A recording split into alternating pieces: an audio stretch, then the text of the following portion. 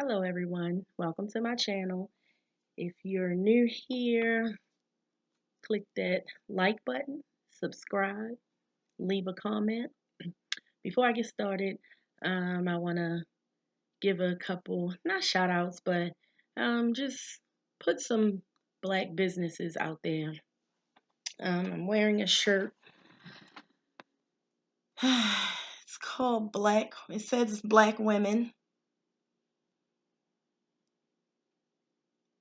Supreme Power. That's my supreme power. Black women, that's my supreme power. And it's by Curly Bless Fly. I'm going to leave the link below for Curly Bless Fly. Um, the one of the creators I know, my cousin Wanda. So kudos to you, Wanda, for starting your business. I have my cup. Can you see it? Okay. My cup is made by a really good friend of mine, Shema. She does this. I will leave her Instagram information in the link below. Um, it's Blue Radiance 21 on Instagram. She has bracelet flask, cups, mugs. She even made my daughter a sippy cup. So cute. So go check her out. Instagram, it's Blue Radiance 21. I will leave the link at the bottom for her Instagram. Also check out thesugarshack.com. Their link will also be at the bottom. I get shower stuff from them. I get what is it? Bubble bath and bath bombs. I used a shower steamer the other day. Oh my gosh, it was wonderful. I loved it. So check them out. It's called thesugarshack.com. I will leave the link below. Also, one more, the lip bar.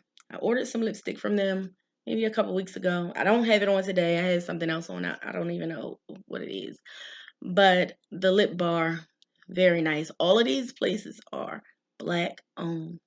So go check them out. I'll leave their link at the bottom also. So, getting to why we're here today. We're here today to talk about my journey through PCOS, um, IVF, having a baby at a later age, being married, and neither one of us having children, and both of us wanting children. And it seemed like it wasn't going to happen. So I'm going to start from the beginning. Um, Around about, I want to say, okay, so I'm going to start from the entire beginning. I'm going to say around about 16, 17, I started getting a irregular period. It would come a month, then I wouldn't see it for 2, maybe 3 months. So this went on for a while. So, of course, I wasn't trying to have a baby then, so I didn't think anything of it. Wasn't a big deal to me. So, maybe 19, 20, around about that age, something around in my 20s maybe. Went to the doctors, regular checkup. My doctor asked, the usual questions. Your period, when was the last time? And at that time, I think the last time I had a period was maybe about 4 or 5 months before that. So she was like, "Is there any chance you could be pregnant?" And I'm like, "No, there's not." So, of course, they did a pregnancy test anyway. She said she was going to run some more tests. She did some blood work, all of that. He called me back, said that she believes I have been diagnosed with PCOS. Now, I don't remember how they definitely diagnose you with PCOS. I don't remember. It's probably in my notes somewhere, but I don't remember. But she told me that she's pretty sure that I have PCOS, irregular pregnancies. I had problems with my weight, at that time, I wasn't having issues with hair growth, different places. As I got older, that's when that started. Hair loss, it started later. So, and I'll talk about that later. But at this time, I was like, okay, all right, I got PCOS. Okay. Will I be able to have a baby? Maybe. It's not a definite. And if you do, it's going to be hard. So, again, at that age, I'm like, okay, I ain't trying to have no kids anyway. Doesn't matter. So, I go on with my life. Um, Skip the 20s because I didn't care. Wasn't a big deal to me. So, 30s. Um, I had a boyfriend, but mm, we're not going to talk about that. I had a boyfriend, but not marriage material, not have a kid material, none of that. So again, still not on my mind. So I hooked back up with my now husband, but we was in high school together. Been knowing him for years. He found me on Facebook, started talking, da da da da da. Hooked up, mm, got engaged. While we was engaged, we were talking about, building a life together, having kids. I was ecstatic that he was the age he was and did not have children. It was the best. Like I loved it.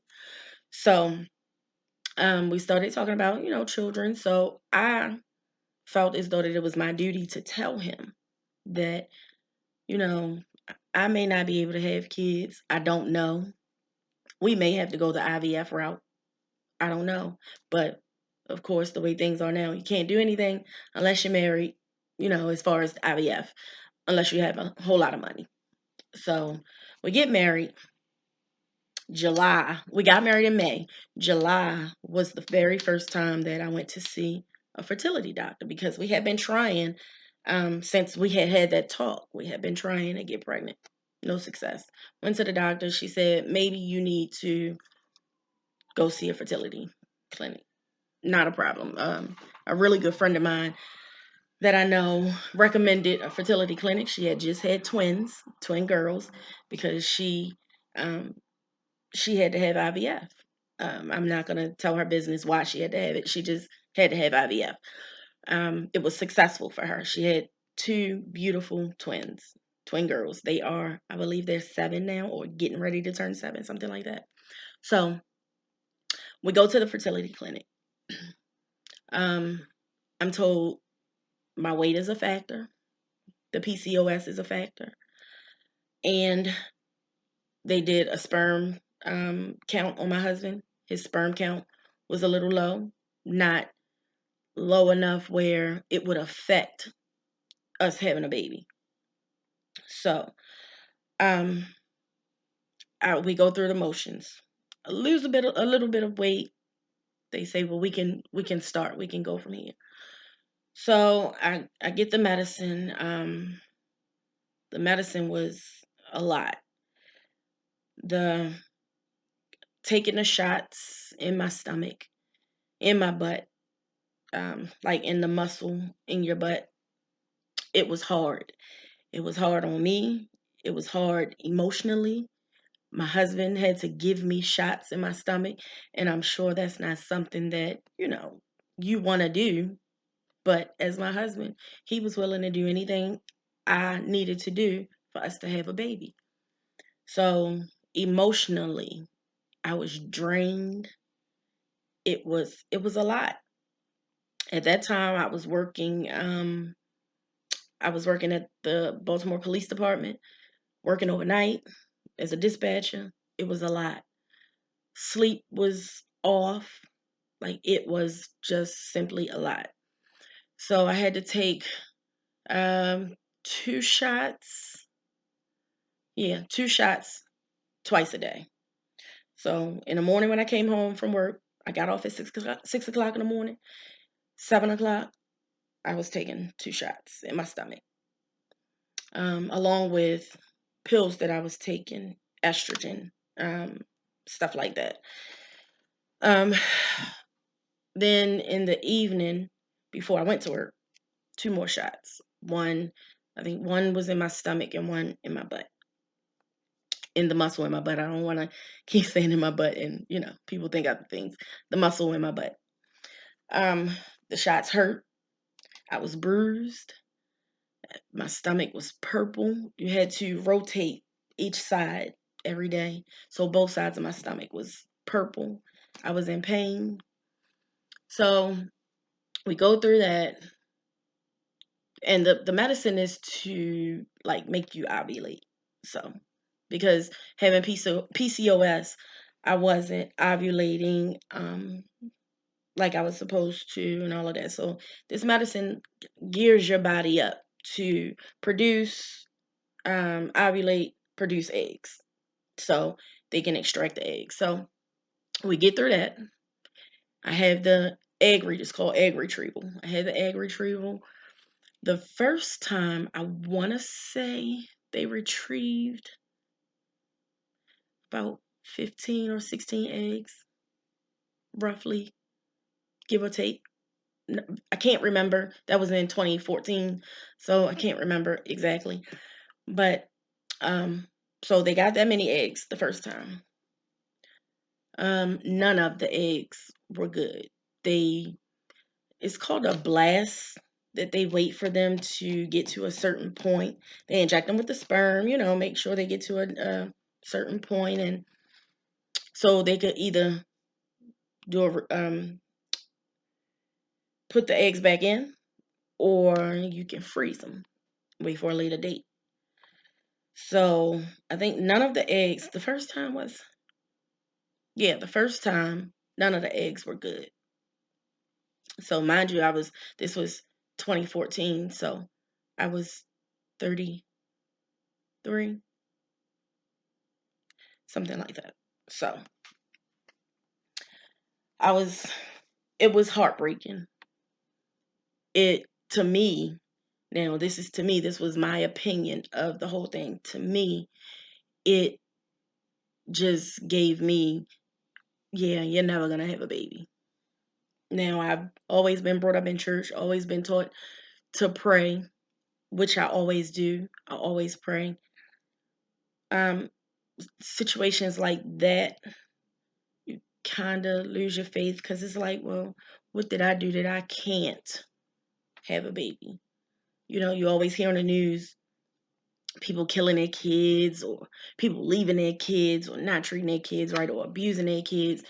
Things like that really hurt me, because I'm like, I know I would love my kids. Oh my gosh, I would love them with just everything in me. Will always take care of them. And I'm not able to have them, but these people, hurting their kids, killing their kids, all of that. And they're able to continuously have kids without IVF, without help. Now, the IVF is so expensive, but to God be the glory, my insurance paid for everything. Only thing they did not pay for was my medicine and the storage of once they get to that point where they can be frozen. I had to pay a copay, which was $5 per visit. My medicine, and the medicine, I wish I had. I have a picture somewhere, but I don't remember where it is. But the medicine, it was so much. And I paid, after my deductible and all of that, I think I paid $145 for the medicine.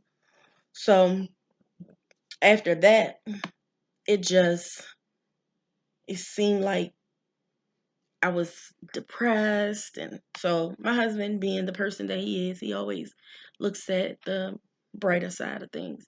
Babe, don't worry. We're going to try again. If it doesn't happen, it wasn't meant to be. Me and you going to be together. We're going to always be together. I'm not going to leave you because we can't have kids.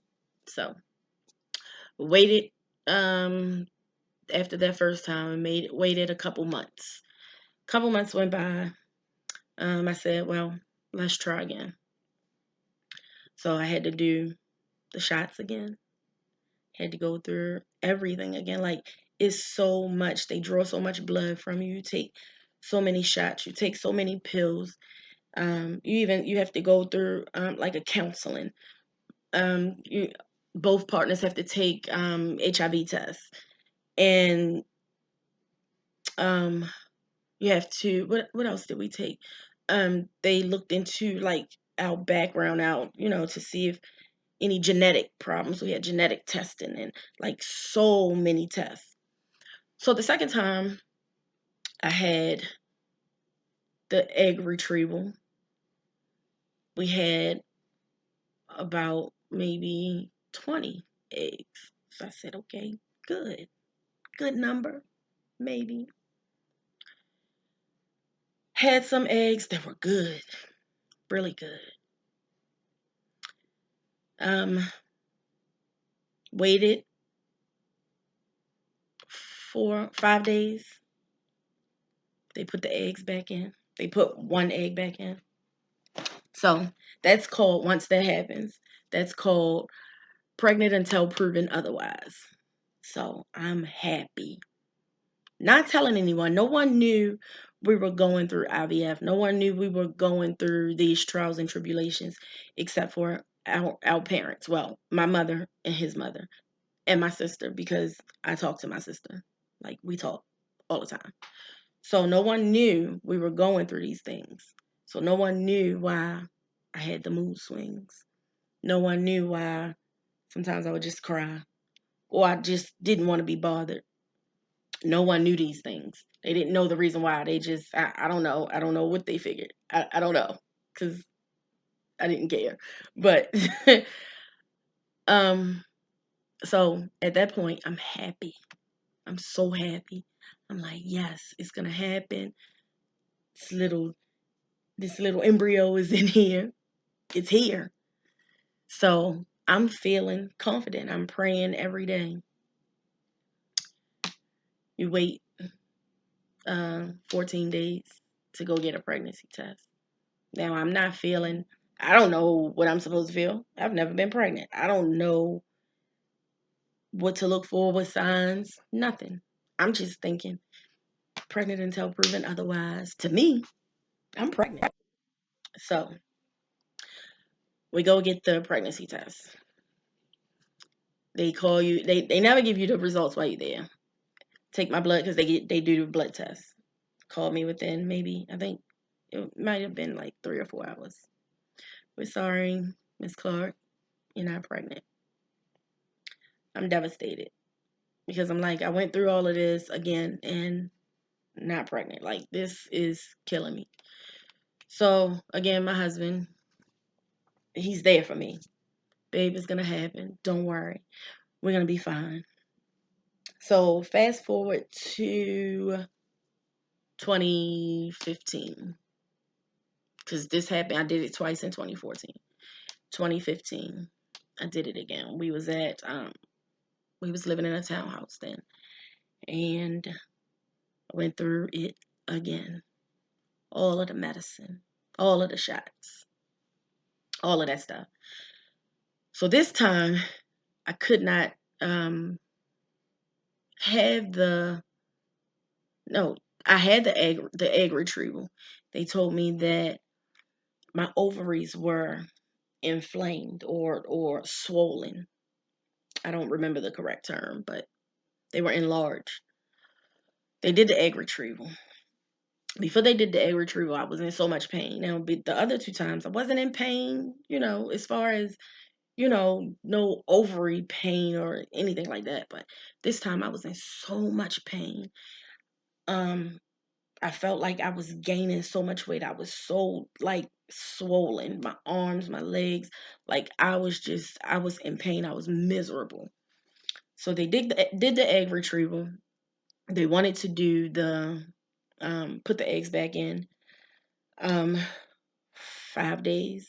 They wanted to wait till the embryos got to 5 days to see if they would multiply and produce. But I was in so much pain. And I called and I told them I'm in so much pain. I don't know what's going on. I went in, they did some tests. The drugs overstimulated me, right? Like something else. So they canceled the um the process of putting the eggs back in. They canceled it. I don't know why I can't remember the correct term for it, but anyway, they canceled it. So again, I'm upset. I'm depressed. I'm in pain now because my ovaries are so overgrown because of the medicine. Like I could barely stand up. I was hurting so bad. But I have to live. I have to continue to work.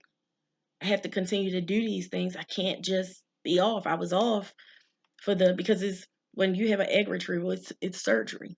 So I was off for that. I couldn't continue to be off. So I had to get back to my normal activity, my normal duties. I'm devastated. I'm hurt. So those eggs were frozen.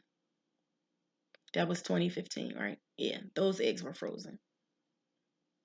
So I go back 2016. I wanted to take a break. They told me I needed to lose some weight. I'll take a break. So I went back in 2016. Right after we bought the house, I went back. So I said, I'm going to give it another try. So the medicine again. I'm going through the medicine. Get the shots, all of that. Have the egg retrieval. I wasn't overstimulated. Everything was good. Had the egg retrieval. By then I'm 35. So had the egg retrieval. Had 14 eggs. Great, right? Only 7 made it. Now, out of the ones that I had the last time, none made it to where they could freeze them. They didn't make it. So out of the 14 that I had, no, it was 16. I'm sorry. 16 that I had. And I remember this because this is the batch that my daughter came out of. So out of the 16, only 7 made it. So my doctor said, no, I'm sorry. 10 made it. So she said, well, we're going to freeze some. Let's freeze some. And then after they get to a point where they can be frozen, let's freeze some. We'll put one back in. Fine. Out of the ones that they kept, one made it where they could do the retrieval. I mean the put the egg back in 3 days. So they did that. The other ones they froze. It was 7 that was frozen. They made it to where they could freeze them. They, by then they had already put the sperm with it and, frozen. So, um, this one didn't work. They put the egg back in, went and took the pregnancy test in 14 days. Wasn't successful. I said, you know what? I'm getting tired of this. I just don't even want to do it anymore. So when you go through that and you're not successful, they bring you in for like a counseling. So the doctor said, well, come on, let's come in. We need to talk. So she said, you had genetic tests. Both of you are good. You're not, you don't have anything genetically wrong with you. I believe it's a combination of the PCOS, your weight. By that time I was a good amount of size. So I said, okay. She said, I recommend you lose some weight. The other ones are frozen. They're here. I recommend you losing weight. I said, okay. This was 2016. So I'm trying to get back to my normal activity, my normal life. I'm trying to get having a baby out of my mind because it was so hurtful to me. And I love kids. I love being around them. Like my sister has kids and they love me. Like they was my babies. Like they love me. So being around them was hard.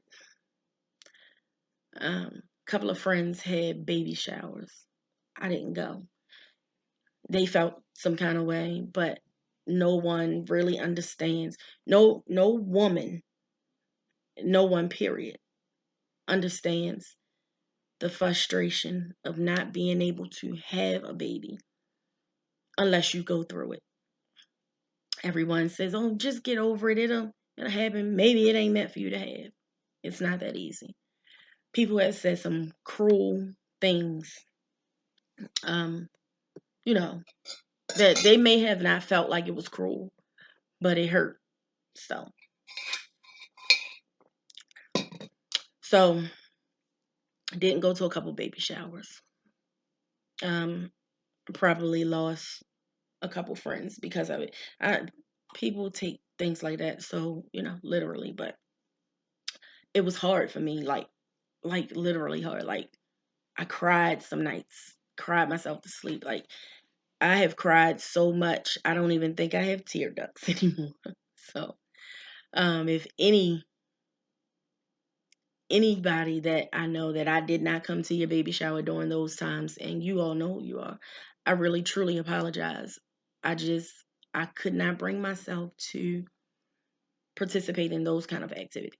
So anyway, um, so I said, okay, I'm gonna work on my weight. Try to work on my weight. Go into the gym. Try diets. Wasn't working. Um, I just was not having success in losing weight. I would lose 10, 20 pounds here. I would gain 15, 20 pounds back. So a couple of people when I was working at the police department was telling me about this weight loss surgery. One of the girls, she had actually just started. And we became really cool. We used to talk all the time. I trained her. We used to talk all the time. And she was like, yeah, I just had, weight loss surgery. Da da da da. I'm like, oh, okay. Well, you don't look that big.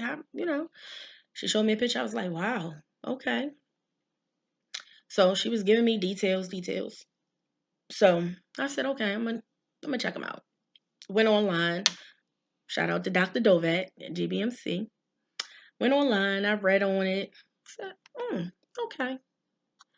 I'm a procrastinator sometimes. I put it off. I don't want to have no surgery to lose weight. That's the easy route. I'm not doing that. I'm gonna get this weight off myself. This is 2016. No, I'm sorry. This is 2017. Another friend of mine. Now we were really friends at the time that she was going through having the surgery because we had already been working together. We had already, established a friendship. Um, she came back to work. She told me she was having it. She came back to work. She looked great. We were talking. She was like, Sh-Wan, it's not the easy way out. You know, trust me, it'll help you. Me and her talked all the time because she's one of those positive people that always say, you're gonna have a baby, watch. God not done. You're gonna have a baby. So I'm like, okay, cool. And me telling these stories, once they see this video, they're gonna know who they are, both of those women. That still are dispatches that are um, the best kind of friends you can have. Wonderful people, wonderful women, wonderful mothers. So they know who they are. Um, so 2017, I said, all right, I think I'm gonna do it. She said, okay, so this is the end of 2017. The beginning of 2018, I said, I'm gonna make me an appointment. Went online, did the appointment. My first appointment with Dr. Dovak was Valentine's Day, February 14th, 2018. She said, when I went to my first appointment, it's like a group thing. They show you and tell you everything, whatever. They tell you what's going to happen, give you the two options, the gastro bypass or the gastric sleeve. And I say gastro is gastric bypass or gastric sleeve. They give you the two options. So you have your one-on-one. She told me which one was best for me. We talked. Well, you have to go through counseling, all of that. I did everything. Went through counseling, had my nutritional classes, everything. My husband said, I'm going to be there for you. I'm supporting you. Whatever you need, I got you. Fine. I did everything. Right before my surgery, which was July 31st, 2018, right before my surgery, they put you on a liquid diet. I lost 20 pounds by myself right before my surgery.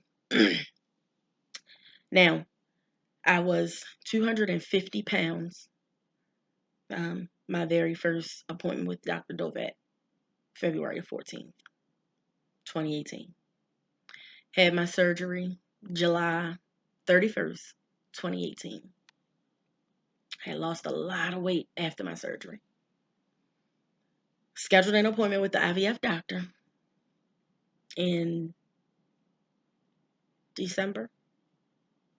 She said, once your weight plateaus, once you stop losing weight, we can go forward. You look great. You did absolutely great. I was off of blood pressure medicine. Like I was on stuff because I was so big. Because I could eat regular, and the PCOS just holds like sugar, and like it just is horrible. If you have time, look up PCOS. It's horrible.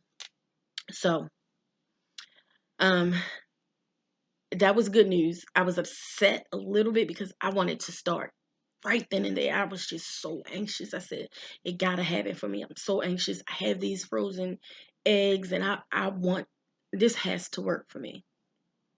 So um went back to see her February. Went back to see the IVF doctor in February. And February she said, we can start. Got me medicine, and we started from there. So I'll end this video here. We're going to stop this video. This was February 2019. We're going to stop this video right here. I'll come back in a couple days and we can continue to talk. Like, comment, subscribe, share. Let's talk about it. Let's have a conversation about PCOS, IVF, the costs, the pros and cons. Let's talk about women's health, stuff that people don't talk about. So let's get into it. I thank y'all for joining me, and check the description box below. I'm going to leave all of those links down. Until next time.